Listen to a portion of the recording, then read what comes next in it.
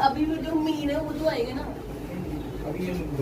Bar association Kathua का election जो कि काफ़ी पहले ड्यू था, ड्यू टू कोरोना काल ये इन टाइम नहीं हो सका, इसलिए हमने सभी मेंबरों ने ये देखा कि अब कुछ वेदर जो है फेवरेबल है और कोरोना का जो है इसका असर थोड़ा कम हुआ है, इसलिए हमने ये डिसाइड किया है कि बार का इलेक्शन किया जाए, ताकि किसी मेंबर के मन में अगर कोई ऐसी बात हो कि इलेक्शन क्यों नहीं किया जा रहा, डेफर क्यों हो रहा है, तो उसकी सारी शंकाएं को दूर करने के लिए हमने यहाँ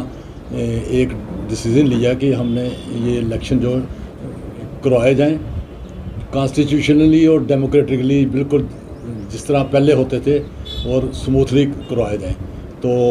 मैं as a chief returning officer मैंने ये नोटिफिकेशन निकाली है कि 30 मार्च को जो है नॉमिनेशन फॉर्म फिल करने की डेट है और 31 तारीख जो वो लास्ट डेट है फाइलिंग करने के लिए। पहली अप्रैल को है जो हमने रखा है विड्रॉल कोई करना चाहे तो वो विड्रा कर सकता है। 2 तारीख हमने बार रूम में जो इलेक्शन है वो कंडक्ट करने का वो हमने डिसीजन लिया है। तो 11 बजे से लेकर 3 बजे तक ये इलेक्शन के लिए वोटिंग होगी। जो भी हमारा बार मेंबर फार्म भरना चाहता है वो कल तक हमारे यहाँ मेरे पास वो फार्म जमा करा सकता है और कल लास्ट डेट है। तो मैं समझता हूँ कि ये जैसे पहले इलेक्शन हमारा स्मूथली और डेमोक्रेटिकली ठीक चलता रहा, इस बार भी ऐसा ही होगा, ताकि एक बार के मेंबर्स के लिए जो कोई उनके लिए वेलफेयर के लिए, उनके कोई प्रॉब्लम के लिए जो कोई ग्रीवेंसेस हैं जो उनको हल करने के लिए एक हेडलेस बार नहीं होनी चाहिए, बार का एक हेड होना चाहिए प्रेजेंट। तो इसलिए ये डिसाइड किया है। देखिए, आपको जैसा कि आप जानते थे कि पिछले टर्म भी मैं यहाँ पर प्रेसिडेंट रहा, और जब से ये इलेक्शन नोटिफिकेशन आई है तो मैंने स्टेप डाउन किया है और आज हमने दोबारा से नॉमिनेशन फॉर्म भरा है अगले इलेक्शन जो 2021 के लिए, क्योंकि एक वर्ष का कार्यकाल होता है हमारे कॉन्स्टिट्यूशन के मुताबिक, और उसी कॉन्स्टिट्यूशन के मुताबिक जो है आगे उसको इम्प्लीमेंटेशन करने में जो है मेरी प्रायोरिटी रहेगी। क्योंकि पिछले टेन्योर में हमने जो बेसिक प्रायोरिटीज़ थी, जो एक मूलभूत सुविधाएं की थी, मेंबर्स की सहूलियत की बात थी, वो सारे हमने इश्यूज़ उठाए। उसमें सबसे पहले हमने बार एसोसिएशन प्रेसिडेंट का एक ऑफ़िस बनाया, और उसके साथ हमने जो एक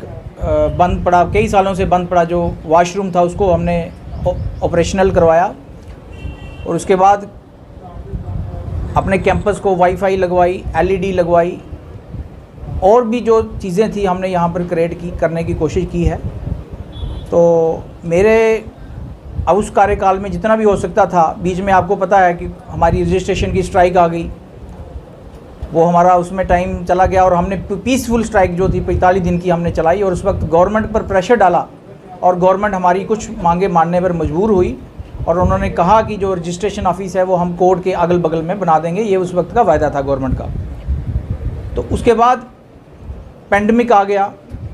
अब पेंडेमिक में एक हमारा इम्तिहान था, और हमने उस इम्तिहान की घड़ी में मैंने और मेरे तमाम साथियों ने मिलजुल कर जो है उस पेंडेमिक में अंदर भी काम किया। हमने अपने मेंबर्स को फाइनेंशियल असिस्टेंस भी दी, एक फाइनेंशियल असिस्टेंस स्कीम चला के, और कुछ लोगों को हाई कोर्ट से भी हमने जो है फाइनेंशियल असिस्टेंस दिलवाया। और उसके बाद यहाँ पर हमारी कुछ समस्याएं थी, तो हमें गवर्नर महोदय जनाब मनोज सिन्हा जी से मिलने का अवसर प्राप्त हुआ, और हमने वहाँ पर भी कुछ अपने इश्यूज़ जो थे वो प्रोजेक्ट किए उनके सामने, और उन्होंने हमें आश्वासन दिया कि मैं इन इश्यूज़ को प्रायोरिटी वाइज टेकअप करूँगा, और जिसके लिए वो हमारे राज्यपाल सराहनीय कदम उठाते हैं। सबसे पहले उन्होंने हमें, जो हमारा एक मुद्दा था कि हम कोर्ट के बगल में जो रजिस्ट्रार का ऑफिस एस्टेब्लिश करना चाहते थे एनिमल हस्बेंड्री डिपार्टमेंट में, उसकी प्रक्रिया उन्होंने प्रारंभ करवा दी है। और उसके बाद वहाँ एक इंश्योरेंस की बात थी और हमने कहा था कि दिल्ली के स्तर पर 5 लाख का मेडिकल इंश्योरेंस और 10 लाख का टर्म इंश्योरेंस हमें दिया जाए। तो उन्होंने उस वक्त हमें कहा था कि इस इंश्योरेंस के सिलसिले में आपको एक अच्छी खबर मिलने वाली है, और वो वाकई दिसंबर महीने में एक अच्छी खबर हमें मिलने को आई कि जम्मू कश्मीर के सभी रेजिडेंट्स का जो है, चाहे वो APL है चाहे BPL है, सबका मेडिकल 5 लाख का मेडिकल इंश्योरेंस जो है वो सरकार की तरफ से किया गया। तो मैं ये समझता हूँ ये बड़ा एक सराहनीय कदम था, और इसका सबसे ज़्यादा लाभ जो है वो हम वकीलों को होने वाला है। और उसके बाद कंज्यूमर कोर्ट की एक बहुत बड़ी समस्या थी कि 2012 के बाद कोई पैनल आज तक नॉमिनेट नहीं हुआ, और उस केसेस में जो तारीख पर तारीख पड़ती रहती थी। तो मैं जब अध्यक्ष बना और उस वक्त मेरी प्रायोरिटीज़ थी कि इसका इशू भी, इसके बारे में भी हम काम करेंगे। और उस वक्त हमारे जनाब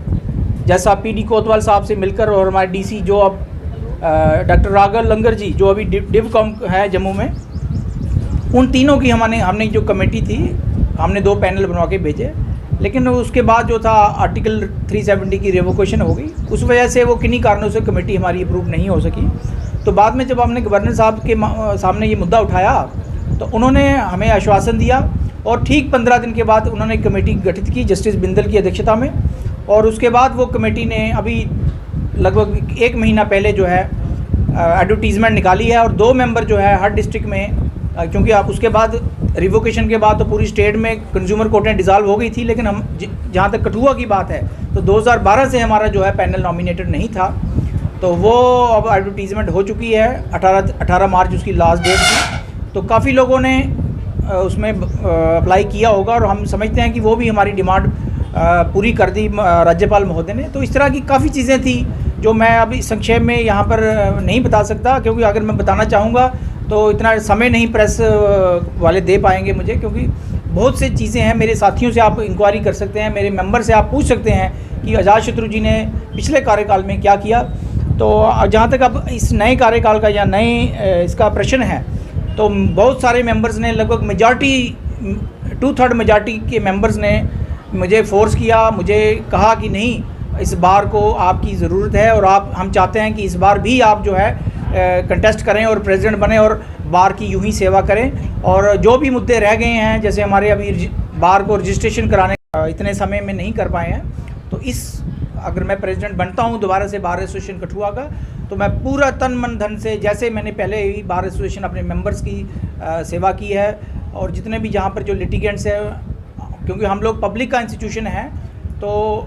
अगर बार सुदृढ़ रहेगी, बार मजबूत रहेगी, तो पब्लिक मजबूत रहेगी। अगर पब्लिक मजबूत होगी तो जुडिशरी मजबूत होगी, और अगर जुडिशरी मजबूत होगी तो देश का जो है, हमारा जो संविधान है उसकी रक्षा होगी, सरकारें उसका दमन नहीं करेंगी, और सरकारें मजबूर हो जाएंगी संविधान के तहत देश चलाने में। तो इन्हीं शब्दों के साथ मैं पुनः अपने सभी मेंबर्स का, और जो मेरे साथी यहाँ पर आए हैं, मुझे यहाँ पर जिन्होंने नॉमिनेट किया